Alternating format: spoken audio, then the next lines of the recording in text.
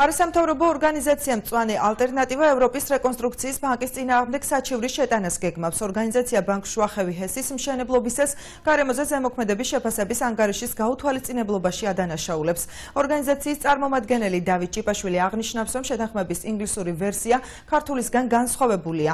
მწვანე ალტერნატივის წარმომადგენლის ვარაუდით, დასკვნაში ბანკისგან დაფინანსების მიღების მიზნით უსაფრთხოების შესახებ ინფორმაციიდან მხოლოდ რამდენიმე წინადადება მოხდა. ქართულ ვერსიაში კი საერთოდ არ ჩაიწერა. როგორია ევროკავშირის ენერგეტიკული პოლიტიკა და რა გამოწვევების წინაშე დადგა საქართველოს ასოცირებაზე ხელმოწერის შემდეგ. თემა დღევანდელი შეხვედრის მთავარი განხილვის საგანი იყო.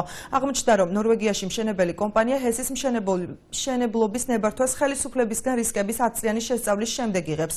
საქართველოში კი მეწყერსაში ზონაში მხოლოდ იმიტომ, რომ სამუშაოები იაფად განხორციელდეს, გვირაბის გაყვანას არა სპეციალური ტექნიკით, არამედ აფეთქებითი გზით აწარმოებენ. შუახევი ჰესის შემთხვევაში გაიცა ნებართვა ისე, რომ გეოლოგიური საკითხები, დეტალური გეოლოგიური შესწავლა არ განხორციელებულა. ისევე როგორც არ შესწავლილი არც რისკების მართვის საკითხები და ასე შემდეგ და ასე შემდეგ.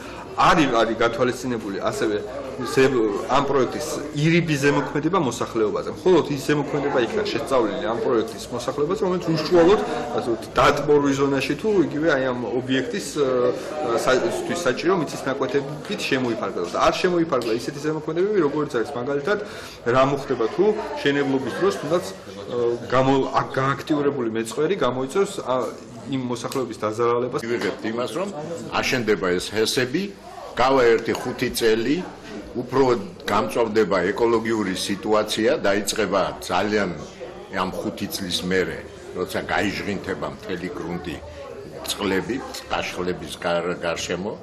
და მე იქნება დიდი პრობლემები, რომლის გადაწყვეტა მოუხდება აჭარის მთავრობას და არა სხვა ვინმეს, იმიტომ რომ აჭარის მთავრობა გახდა გარანტი ყველა მომავალი გაფუჭებული საქმეების.